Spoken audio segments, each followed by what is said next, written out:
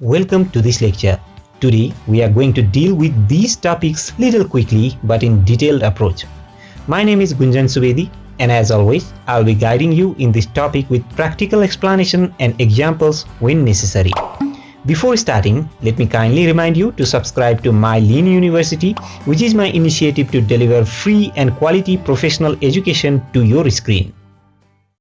In the earlier lecture, we studied about different models of supply chain and also studied about the 3 levels of the score model. We also learned that top level of this model has 5 different processes or components of supply chain management called planning, sourcing, making, delivering, and returning. In this lecture, we will study about these components in little more depth. These are the components of the supply chain management. Let's start with the planning. Planning is a very important component of the supply chain management.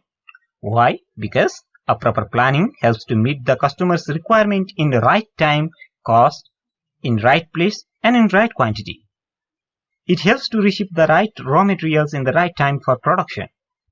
Also, it helps to deliver the right product and service to the customers in right time, and also helps to meet the seasonal variation in demand and supply. We will study about the various planning and forecasting tools in this course too. Correct planning also helps to reduce the bullwhip effect.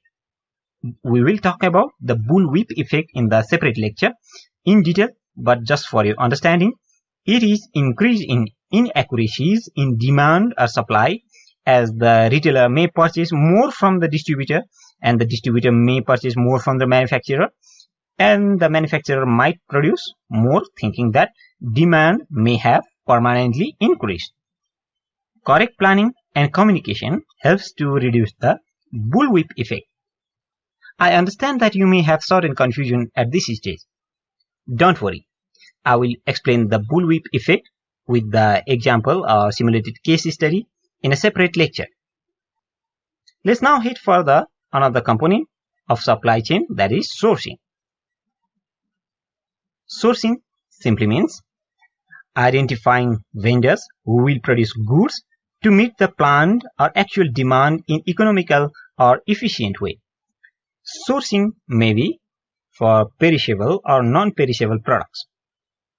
In case of the perishable, or those goods which decay or which can get damaged soon, it is mandated to have minimum supplier lead time, or the time required to reach from supplier to manufacturing facility, so that minimum inventory is built up.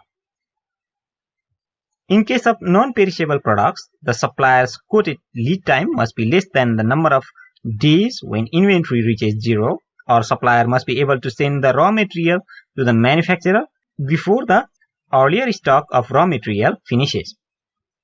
There are certain standards that supplier needs to meet to assure delivery of the uniform quality of goods in right time and right quantity.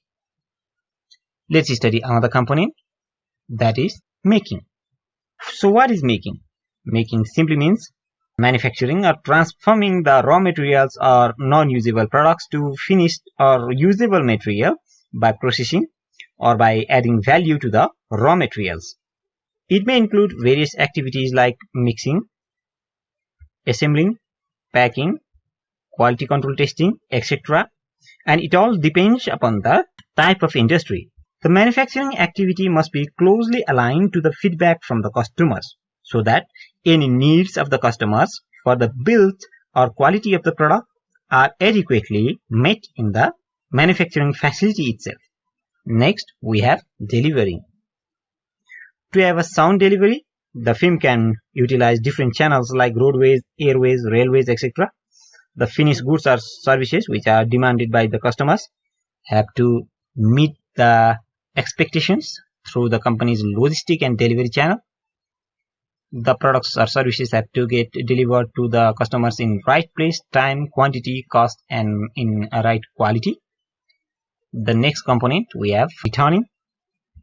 This is also called reverse logistics. So in case of supply chain management exam, if you encounter the word reverse logistics, it simply means returning. So returning is also called reverse logistics in supply chain. And this is one of the most important components because it helps to minimize the deterioration of relationship with the customers. The customers return the defective items to the firm or manufacturers as per the predefined system, and a manufacturer in turn can return the low value or degraded or low quality raw materials back to the suppliers or vendors. Okay, coming to this point, we have learned that there are 5 components of the supply chain: planning, sourcing, making or manufacturing, delivering, and returning. Now, let's look into our usual section. Let's run the quiz. First scenario, Barbara is a supply chain manager. She observes that there is some discrepancy in demand as the demand moves from retailer to the distributor and manufacturer. As a result, the manufacturer has to sometimes face unnecessary cost of inventory management. What is this phenomenon called?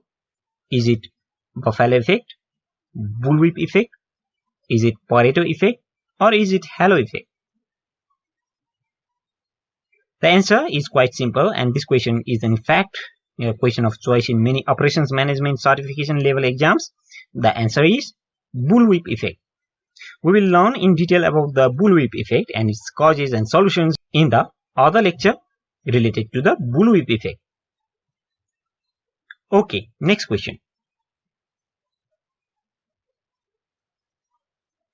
Arrange the components of the supply chain according to the organization and flow of the value. We have sourcing, making, planning, returning, and delivering. And the answer is quite simple and given on the right hand side. First, we plan for the demand. We source the necessary vendors for the raw materials. We purchase the raw materials and make the product, and then deliver it according to the demand of the customers. And if there is any complaint in the product, we can have the provision of the returning. So these are the 5 components of the supply chain. That was quite simple, but this question too could be important for supply chain management professional certifications and exams. We will be learning many things and quizzes and case studies in other lectures in this course. For now, thank you so much for listening to me so far. Meet you in the next lecture. Before ending this lecture, let me remind you to join my Lean University's premium membership and enjoy a total free access for limited time inside my Lean University's online library and get tons of free courses, free books, and lecture topics on project management, Lean and Six Sigma, operations and supply chain, productive and preventive maintenance, quality maintenance, data science, industry and sales management, Agile and Scrum, Kaizen or continuous improvement, and much more totally free. No strings attached. As we have limited seats, only the early subscribers will be given open access inside the premium membership, and remember, it's totally free. Please subscribe and share the video if you share the common belief that professional education should be accessible to all.